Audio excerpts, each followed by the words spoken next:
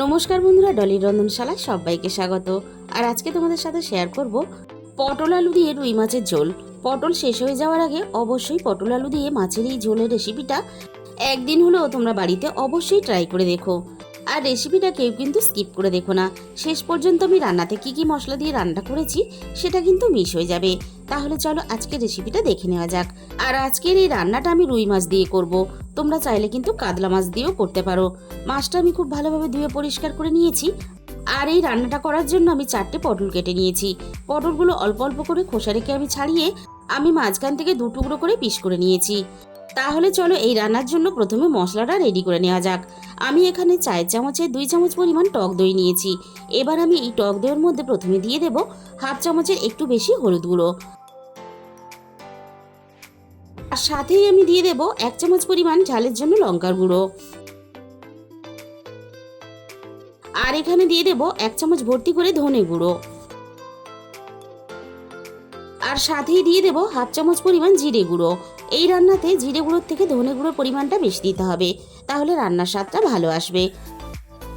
আর যাতে মশলাটা ভালোভাবে ফেটিয়ে নেওয়া যায় তার জন্য আমি সামান্য অল্প পরিমাণ জল দিয়ে দিলাম। এবার আমি সমস্ত মশলা দইয়ের সাথে খুব ভালোভাবে একটু সময় নিয়ে ফেটিয়ে রেডি করে নেব। যেহেতু টক দই তাই খুব ভালোভাবে কিন্তু এভাবে ফেটিয়ে রেডি করে নিতে হবে। এবার আমি মশলাটাকে একটা সাইডে সরিয়ে রেখে দিয়ে মাছটাকে আমি রান্নার জন্য রেডি করে নেব। তার জন্য আমি মাছের মধ্যে দিয়ে দিলাম স্বাদ মতো লবণ। আর সাথেই দিয়ে দেব পরিমাণ মতো হলুদের গুঁড়ো। আর কেউ কিন্তু স্কিপ করো না, তাহলে আমি মাছটা কিভাবে মেখে রেডি করে নিয়েছি সেটা কিন্তু জানতে পারবে না। মাছটাকে আমি খুব ভালোভাবে লবণ আর হলুদ দিয়ে মেখে নিয়েছি। এবার আমি অল্প একটু সর্ষের তেল নিয়েছি। তেলটাকে আমি মাছের সাথে খুব ভালোভাবে মেখে নেব। মাছের মধ্যে মশলা মাখানোর পরে অনেক সময় কিন্তু রান্না করতে দেরি হয়। মশলা মাখানোর পরে এইভাবে অল্প একটু সর্ষের তেল দিয়ে যদি মাছটাকে মেখে রেখে দাও তাহলে মাছের গায়ে থেকে একটুও কিন্তু মশলা জল কেটে বেরিয়ে যাবে না। তাহলে এবার রান্নাটা আমি কিভাবে করেছি তার জন্য কিন্তু গ্যাসের কাছে চলে যেতে হবে। প্রথমে আমি কড়াইয়ের মধ্যে পরিমাণ মতো সর্ষের তেল দিয়ে দিলাম। আর রান্নার তেলের পরিমাণটা কিন্তু আমি একসাথেই দিয়ে দিলাম। যেহেতু প্রথমে আমি মাছটাকে ভেজে রেডি করে নেব তার জন্য কিন্তু তেলটাকে আমি খুব ভালোভাবে হাই হিটে প্রথমে গরম করে নিলাম। এবার আমি একে একে মাছগুলোকে ভাজার জন্য তেলের মধ্যে দিয়ে দেব। আর সবগুলো মাছ কিন্তু আমি একবারে ভাজবো না, মাছগুলো আমি দুবারে ভেজে নেব। একসাথে অনেকগুলো মাছ দিয়ে ভাজতে গেলে অনেক সময় কিন্তু উল্টাতে গেলে সমস্যা হয়, আর তার জন্য কিন্তু মাছগুলো ভেঙেও যায়। মাছগুলোর একটা সাইড খুব ভালোভাবে হয়ে গেছে, অপর সাইডটাও ঠিক একইভাবে উল্টে পাল্টে আমি ভেজে নেব। মাছগুলো আমি বেশ উল্টে পাল্টে লালচে করে ভেজে নিয়েছি। এবার আমি সমস্ত ভাজা মাছগুলো কড়াই থেকে নামিয়ে নেব।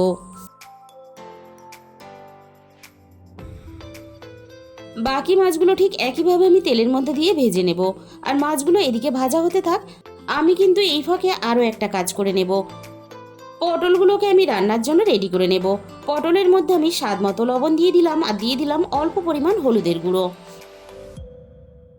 লবণ আর হলুদ দিয়ে আমি পটলগুলোকে খুব ভালোভাবে মেখে রেডি করে নিলাম।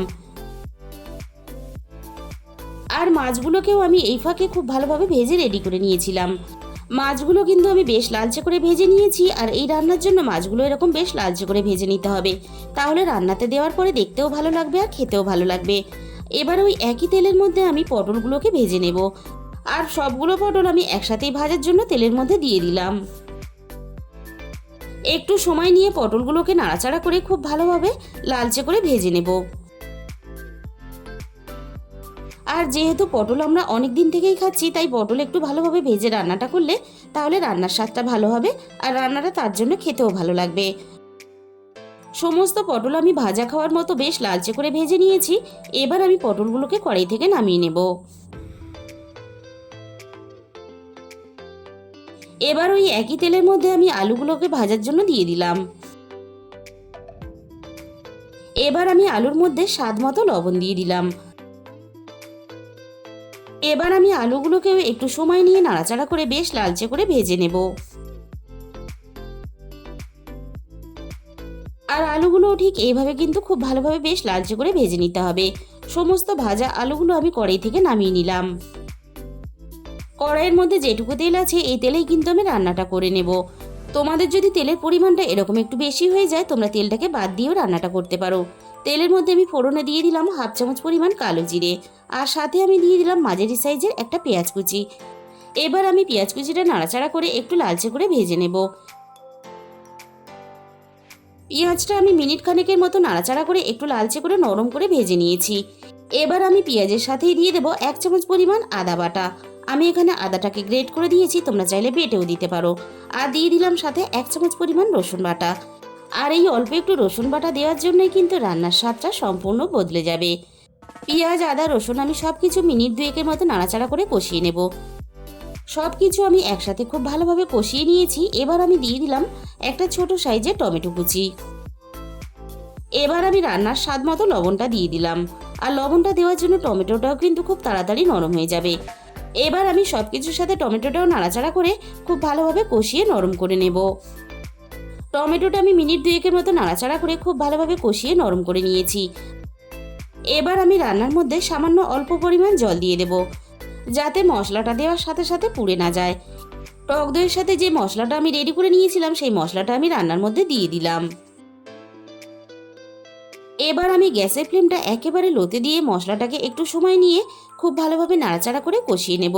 যেহেতু টক দই দেওয়া আছে তাই এই সময় কিন্তু গ্যাসের ফ্লেমটা অবশ্যই লোতে দিয়ে রাখবে। মশলাটা আমি খুব ভালোভাবে কষিয়ে নিয়েছি। আর দেখো, মশলা থেকে কিন্তু সুন্দরভাবে তেলটা আলাদা হতে শুরু করে দিয়েছে। এবার আমি মশলার সাথেই ভেজে রাখা আলুটাকে দিয়ে দিলাম।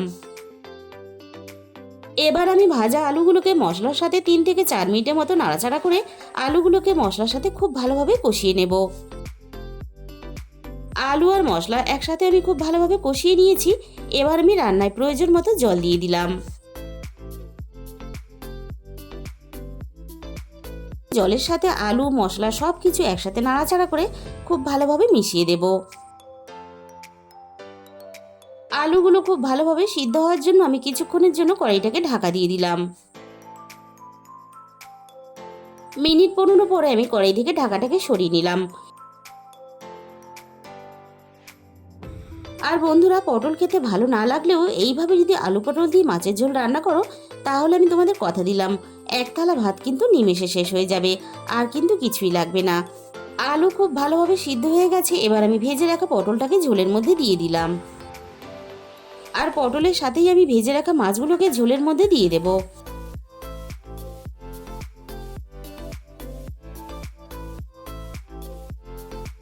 পটলের ভিতরে আর মাছের ভিতরে যাতে খুব ভালোভাবে রান্নার তেল মশলা চলে যায়, তার জন্য আমি আরও মিনিট 5 মতো মাছ আর পটল ঝোলের মধ্যে দিয়ে রান্না করে নেব।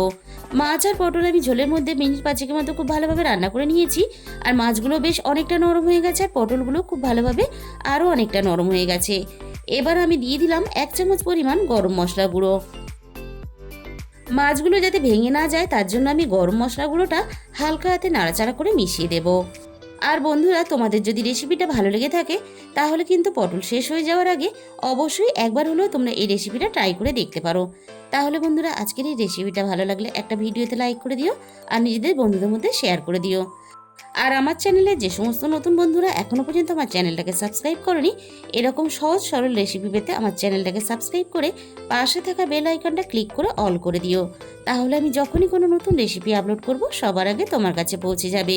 আর তোমাদের মূল্যবান সময় দিয়ে আমার এই রেসিপিটা এতক্ষণ সময় ধরে শেষ পর্যন্ত দেখার জন্য তোমাদের সবাইকে অসংখ্য ধন্যবাদ। আজকে তাহলে এই পর্যন্ত, দেখা হবে অন্য কোনো নতুন রেসিপির সাথে।